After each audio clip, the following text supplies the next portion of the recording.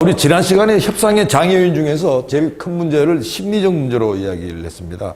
그래서 사실은 그 심리적 문제가 뭐 예를 들어 가지고 우리 김정은이 지금 마음에 따라 가지고 우리가 갈지 안 갈지, 협상할지 안 할지 뭐 이런 이야기들, 그다음에 그게 합의를 했다 하더라도 이행이 될지 안 될지 뭐 이런 부분들이 많은 경우가 이런 부분들이죠. 근데 그 이외에 이 정보의 문제, 이 제도의 문제도 똑같이 이 협상의 장애요인으로 작용한다는 거죠. 아마 지난 시간에 이야기한 대로 우리가 이 협상 이슈에 대해 가지고 정보 자체가 예를 들어 가지고 서로 균등하지 않다든지 정보가 없다든지 하는 그런 부분들이 협상을 가로막는 요인이다. 그러니까 대표적인 게 뭐냐 한다면 지금 예를 들어 가지고 한국 GM을 예를 들었을 때 한국 GM이 얼마나 해줄 경영 형편이 얼마나 되는지에 대해서 노동자는 정확히 모르는 거예요. 그래서 따라서 거기에 대해 가지고 노동조합에 대해서는 파업을 한다든지 이렇게 들어간다는 거. 이런 부분들이 전형적으로 이 정보의 어떤 문제입니다. 또 하나 보면은요, 이 제도의 문제인데 이 제도의 문제에 있어 가지고는 예를 들어 가지고 지금 북미가 서로 합의를 했어요. 과거에도 했어. 그리고 한국과 북한이 합의를 한두 번 한 게 아니야. 근데 한 번도 이행이 잘 안 돼. 합의가 이행이 안 된다든지. 그 다음에 예를 들어 가지고 뭔가 여건이 바뀌게 되면 거기에 따라서 기회주의 행태를 보이는 겁니다. 그러니까 이런 부분들을 어떻게 볼 거냐. 그러니까 예를 들어 가지고 법의 문제냐 아니면 사람들 또는 그 당사자들의 어떤 그 신뢰의 문제냐 이런 부분들이 다 이 제도의 문제로 이렇게 봅니다. 그래서 아마 이게 우리 지난 시간에 이야기한 거죠. 그 다음에 아마 우리 협상력에 대해 가지고 지난 시간 조금 더 스타트를 했을 텐데 먼저 한번 깔끔하게 정리를 하자 그런다면 우선 협상력은 도대체 뭘 협상력이라고 그러느냐, 또 협상력은 왜 중요하냐 이야기죠. 이 협상력이라고 한다 하면 예를 들어 가지고 내가 여러분들이 나한테 뭘 요구를 해요. 요구를 하는데 내가 그걸 못 받아들여. 못 받아들였을 때 내가 버틸 수 있는 힘.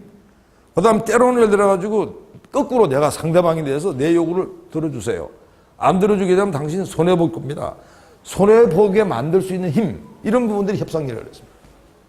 근데 반드시 협상이라고 하는 게 서로 뭐 피해를 보고 손해보고 이런 말이 문제가 아니고 예를 들어 가지고 두 나라가 또는 두 당사자가 서로 머리를 맞대고 해결해야 될 그런 문제들이 있는 겁니다.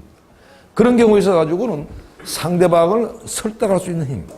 그러니까 상대방이 예를 들어 가지고 내가 요구하고 또 내가 예를 들어 주장하는 거를 잘 이해하고 오케이, understand 이런 부분들이 협상력이라고 합니다. 그래서 어떻게 보면 협상력이 그냥 포괄적으로 쓰이는데 나중에 이제 우리가 협상을 이야기를 하겠지만 이 협상이 이 버틸 수 있는 힘은 주로 경쟁적인 또는 대립적인 어떤 그런 관계에서, 그 다음에 이 설득할 수 있는 힘이라고 하는 거는 상당히 문제 해결적인 그런 협상에서 이렇게 나타나는 양상들이죠. 그래서 그때 가서 다시 한번 정리를 하기로 하고, 그 다음에 이 개념 부분에 있어가지고는 우리가 이 그림으로 이렇게 선명히 나타나죠. 예를 들어가지고 지금 양측이 지금 있습니다. 양측은 예를 들어가지고 여기서 지금 굉장히 자기가 많은 거를 지금 가지고 있는 자고 이 자는 지금 뭔가 요구를 해야 되는 이런 입장입니다. 그게 예를 들어가지고 이게 북한일 수도 있고 미국일 수도 있는 거고 한국일 수도 있는 거죠.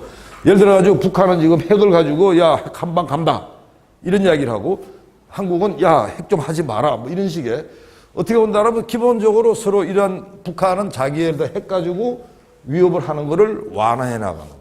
그 다음에 이쪽 우리 경우에 있어가지고는 야, 그러면 북한을 좀 더 이해하는 입장. 이건 뭐 미국일 수도 있어요. 그러니까 이거는 모든 경우에서 협상이라고 하는 컨셉은 한쪽이 양보하고 다른 한쪽이 또 양보하는 이런 식의 어떤 과정을 거친다 보는데 이 그림에서도 보다시피 그러니까 예를 들어가지고 북한 하나만 놓고 보면 북한이 예를 들어가지고 처음에는 뭐 양보를 할 때 천천히 양보를 하다가 지금 굉장히 급하게 돌아갑니다. 왜? 이게 뭔가 지금 이 아까 누가 질문했더라 규태 질문한 대로 자 중국도 북한에 대해 가지고 뭐 전혀 경제 지원을 안 하고 있고 그다음에 심지어는 가장 이제 중요한 부분들은 원유 공급이란다든지 생필품 공급 이런 부분들을 차단하는 겁니다. 그러니까 단순하게 국경 폐쇄 정도 문제가 아니고 아예 근본적으로 미국 북한의 경제 기반 자체가 지금 무너지는 이런 상황이다 보니까 빠르게 지금 이동하는 이런 부분들이죠. 그러니까 사실 이 부분은 시간에 따라서도 달라진다는 겁니다. 이 시간에 따라서도 이 기울기는 달라지는, 시시각각 달라진다는 거죠. 협상력은 고정되지 않았다는 겁니다. 다르게 말한다면 시간이 다가오고 자기한테 피해가 다가오면 올수록 협상력은 좀 감소한다는 거고요. 그다음 이런 경우는 한쪽은 예를 들어 가지고 뭐 이런 경우죠. 미국 경우는 이런 식으로 굉장히 아마 어떻게 본다면 미국의 북한에 대해서 양보를 한다 하더라도 굉장히 완만하게 양보를 하려는 것이고, 그다음 이런 경우는 한국 경우에 있어 가지고는 뭐 굉장히 지금 급한 거예요. 양보를 빨리 하는 이런 부분들. 그러니까 하나의 어떻게 본다면 사안에 대해서 미국의 스타일, 한국의 스타일에 따라서 이 기울기가 다르다고 하는 겁니다.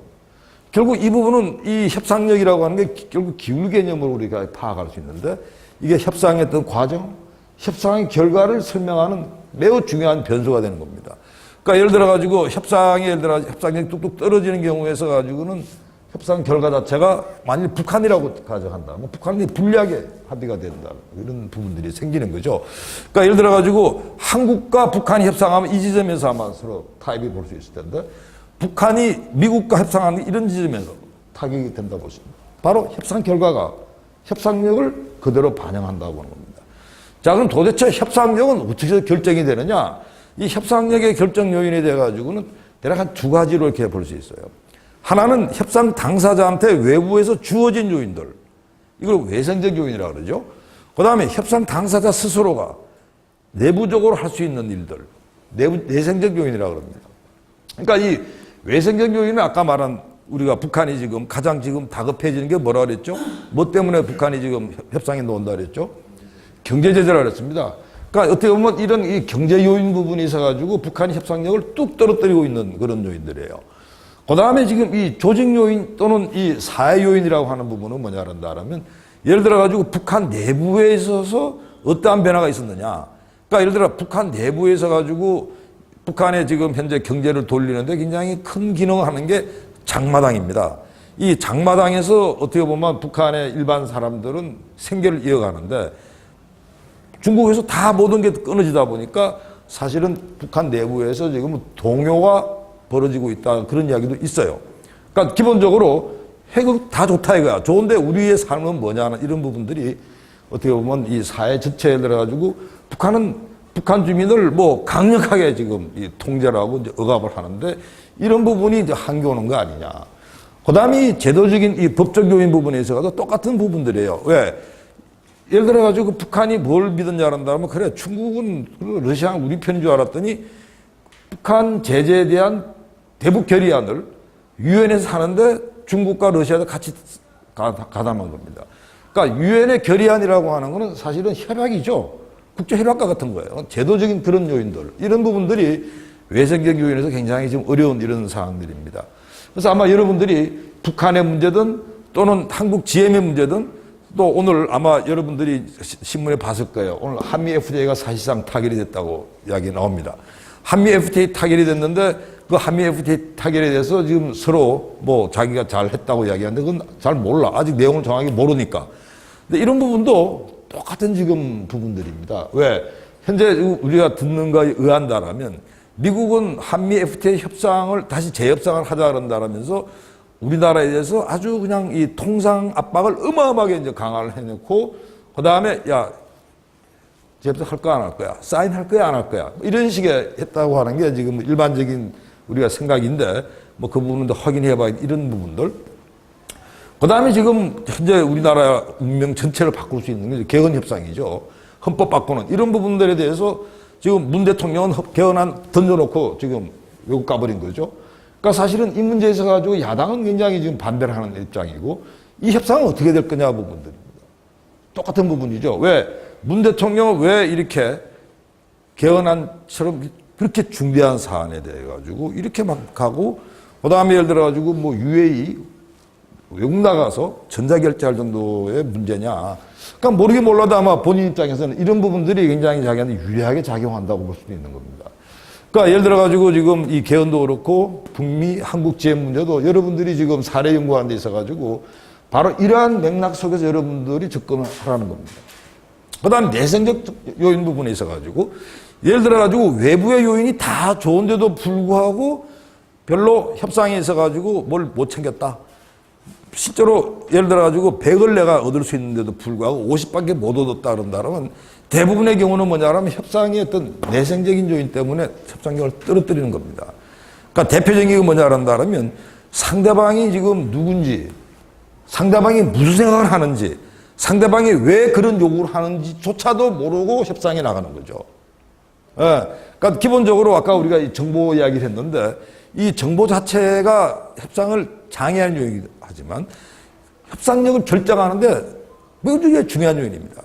그 사실은 협상을 잘하는 기술의 가장 넘버원은 뭐냐란다 하면 새치의 혀가 아니고 그 다음에 협상의 잔꾀가 아니라는 겁니다. 가장 중요한 것은 협상을 얼마만큼 준비를 많이 하느냐의 싸움이라는 거죠.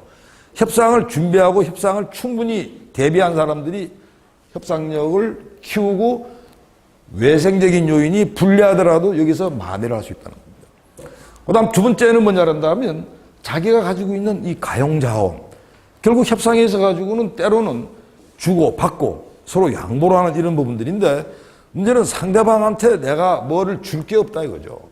줄 게 없다는 다음은 그만큼 협상력을 떨어뜨리는 요인이 되는 겁니다. 꼭 그러면 이 주는 데서 뭘 주느냐?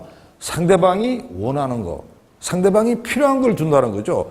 그러니까 어떻게 본다라면 우리가 이런 말 들어가지고 경제학에서 이야기하는 한계의 원리, 마지널리즘의 정확한 부분들입니다. 상대방이 필요해서 거기에 따라서 효용 가치가 커지는 거를 집중하라는 겁니다. 그 다음에 이 협상에 임하는 사람의 이제 이건 주로죠. 사회 이런 제도에 있어가지고 어떤 위치에 서 있느냐. 그 사람이 예를 들어 위치가 예를 들어가지고 뭐 어떻게 보면 협상을 결정적으로 좌우하는 이런 사람이라는 건 곤란해요.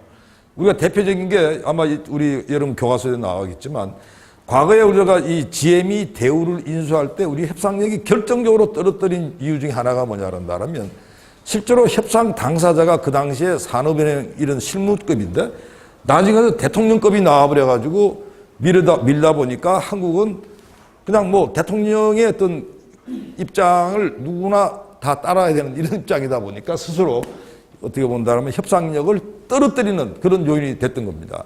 그래서 기본적으로 당사자가 어떤 조직 내에서 위치해 있느냐, 그 다음에 사회적 위치는 뭐냐 부분들이 매우 중요하다는 거고요.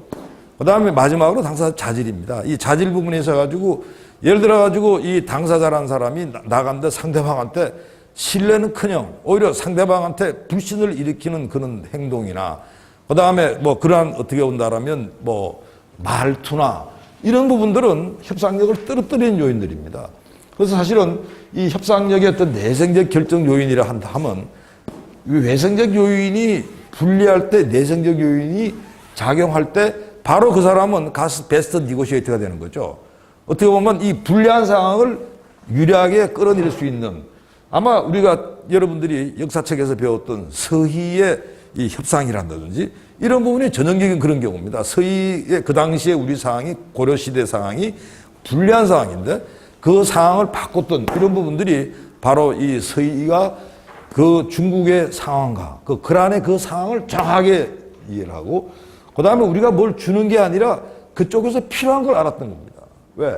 중국과의 갈등 문제에 대해서 걔네들이 뭐를 필요한지를 알았다는 거고 그 다음에 이 사람은 단순하게 외교관일 뿐이에요. 외교관이고 나서가지고 당신이 어떤 양보를 하고 당신이 우리 이해한다면 내가 우리의 왕한테 이야기를 하마. 이런 식의 어떻게 본다면 위치 부분들. 그 다음에 아마 서희라는 분은 뭐 사실은 역사책에는 별로 내용이 없어요. 없는데 우리가 짐작컨대는 매우 침착했던 분 아닌가. 그리고 굉장히 그 뭐 어떻게 본다라면 배짱도 있는 분 아닌가. 왜? 거기 가가지고 적진에 가서 협상을 하는데 그 적진에 협상했을 때 그 어떻게 본다면 위협 그리고 그러한 이 무게 이런 부분을 던져낼 수 있는 배짱도 있었던 사람으로 이렇게 보입니다. 그래서 여러분들이 앞으로 이 우리 연구를 하는 데 있어가지고 굉장히 중요한 단어가 협상력이다. 협상력은 시간에 따라 바뀐다. 그 다음에 당사자에 따라 다르다. 하나의 사항을 놓고 그 다음에 이 외생적, 내생적 요인으로 이렇게 나눈다. 이렇게 볼 수 있겠습니다.